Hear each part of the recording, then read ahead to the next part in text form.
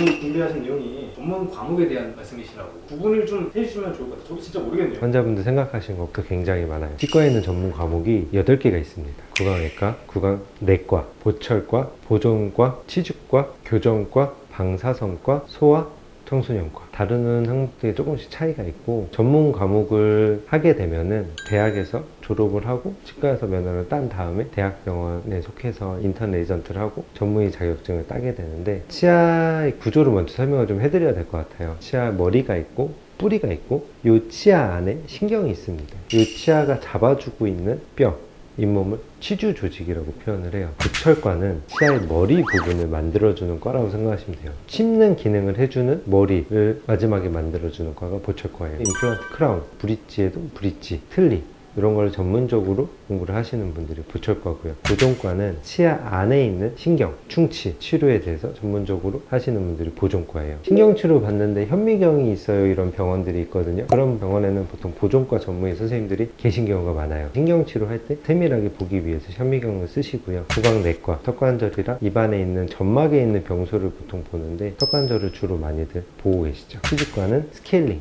잇몸 치료, 치주 조직에 대한 염증, 질병을 치료해주는 과라고 생각하시면 돼요. 치주과 하시면은 주기적으로 잇몸 치료 받으시는 분들이 많고요. 교정과는 뭐 따로 설명을 드리지 않아도 뻔하게 다들 많이 아시고, 치과에서 유일하게 다른 진료 안 하고 전문 과목만 주로 보는 과들이 교정과라고 생각하시면 돼요. 방사선과는 치과에서 찍는 엑스레이, 판독하고 촬영하고 그런 걸 전문적으로 하시는 선생님들이고요. 소아청소년과, 소아청소년과는 조금 특수한 환자들을 봐요. 소아 같은 경우는 치료하기가 굉장히 힘들고 어렵기 때문에 웃음가스라 그래서 수면 마취 해서 치료를 하는 경우, 소아청소년과에서 해주는 가장 중요한 역할이 장애인 치료예요. 장애인분들 치과 치료하기가 진짜 힘들거든요. 왜 힘든가요? 가만히 누워 계시는 게 굉장히 힘들고 계속 움직임도 있고 관리가 어렵기 때문에 충치도 굉장히 잘 생겨요. 장애인 치료를 해주는 병원이 사실 많지가 않아요. 일반 병원에서 하기도 어려움이 있고요. 장애인 치료도 마찬가지로 웃음가스, 수면 마취로 진행을 하고요. 전신 마취 통해서 치과 치료를 하는 경우도 있어요. 소아청소년과는 충치 치료도 하고 교정 치료도 하고 되게 여러 가지를 해요. 소아들이나 장애인분들 치료해주는 과라고 생각하시면 되고요. 제가 이제 전공한 구강외과, 구강외과는 정식 명칭은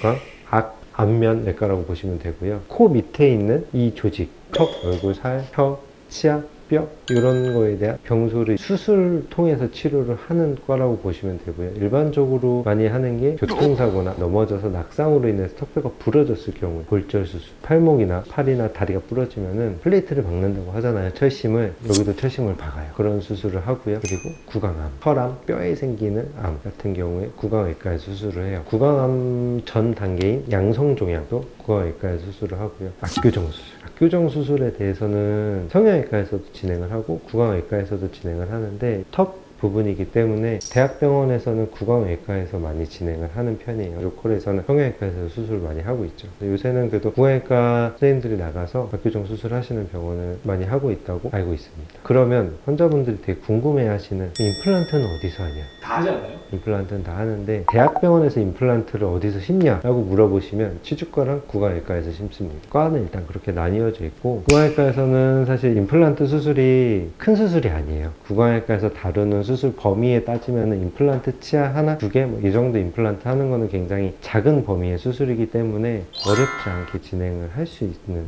편이에요. 구강외과에서 임플란트를 턱 관절도 치과 쪽에 속한다는 거잖아요. 턱관절을 정형외과에서 봐주지 않아요. 제가 예전에 턱이 아파서 배운 건 정형외과라고 잘못 간 거네요. 정형외과에서 가면은 약을 주죠. 물리치료를 하죠. 턱관절을 타겟팅해서 하는 치료는 정형외과에서 하지 않고요. 그거는 구강내과, 구강외과. 뼈, 이제 관절 이런 거다 보니까 정형외과라고만 생각을 했었어요. 이게 치과라는 파트가 좀 특이한 게, 의과가 있으면 전체 몸을 다 다루는데 거기서 구강, 안면 부분만 치과로 빠졌다고 생각하시면 돼요. 무조건 턱이 아플 때는 치과로. 그쵸. 그쵸? 턱이 아플 때는 구강내과, 구강외과를 찾아오시는 게 좋아요. 요새 턱관절이 안 좋으신 분들이 진짜 많아요. 중고등학생 때부터 턱이 안 좋은 친구들이 너무 많아서, 이게 사실 스트레스랑 관련돼서 턱관절이 되게 안 좋아지는 부분들이 있거든요. 우리가 무릎 수술을 왜 해요? 무릎이 이제 뭐 연골이 아프다거나 보통 연골이 이제는 얇아져서 뼈랑 뼈가 간격이 가까워지니까 이 압력 때문에 염증이 계속 생기고, 이게 너무 얇아지면 뼈랑 뼈랑 닿기 때문에 염증이 생기거든요. 사람 몸 안에서는 뼈랑 뼈가 닿으면 문제가 생겨요. 어린 친구들이 스트레스나 이런 걸로 입을 너무 꽉 물고 있으면 여기 약관절이 가까워져요. 그러면 염증이 계속 생기거든요. 입을 벌릴 때도 소리가 나기 시작하고, 처음에는 딱딱 소리가 나다가 좀 심해지면 드드득 드드득 소리가 나요. 그러다가 더 심해지면은 입이 안 벌어져요. 딱딱 소리 나는 단계가 모두 치료가 필요한 단계는 아닌데, 턱이 아프면 치과에 오셔서 검사를 받아보시는 필요해요. 통합치의학과. 그건 또 뭔가요? 사실 제가 수련을 하고 나와서 생긴 거라서 좀 위험한 발언이긴 한데 이거 다 살릴 건 아니죠. 이미 기 졸업한 사람들을 대상으로 교육이랑 시험을 봐서 전문의 자격증을 만들어줬어요. 지금은 다시 없어진 걸로 알고 있는데, 통합치의학과 전문의 그 몇 해만 받을 수 있는 거예요. 병원에서 수련을 하지 않고 교육을 몇 시간 받고, 되게 많이 받으신 걸로 알고 있거든요. 인터넷 교육이나 이렇게 교육을 받고 시험을 쳐서 전문의 자격증을 줬어요. 통합치의학 전문의 자격증인데, 제가 수련 받을 때는 그 8개에는 통치가 없었고 지금은 통치가 또 없는 걸로 알고 있거든요. 판단은 환자들이 봤을 때는 이 병원이 대체 뭐가 전문을 하는 건지 판단하기가 상당히 어려워요. 어떤 거를 중점적으로 보고 판단하면 좋을까요? 병원을 선택할 때 저희들만 오시면 되고요.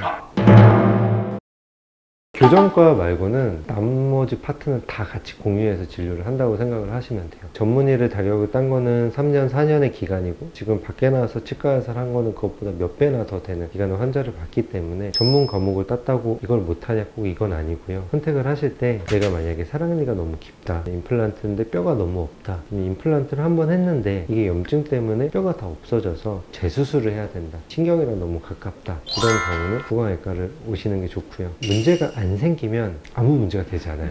근데 문제가 생겼을 때 그거를 어느 정도 케어가 가능하냐 따라서 병원을 선택하는 데 고려를 해보셨으면 좋겠습니다. 근데 치과가 분과가 다 나뉘어져 있지만 저희는 다 합니다. 이 얘기를 하고 싶었어요. 좋았어요. 다 잘하니까 저희 병원 오시면 되고요. 저희 병원 너무 멀리 계신 분들은 의료진 양력 잘 확인해서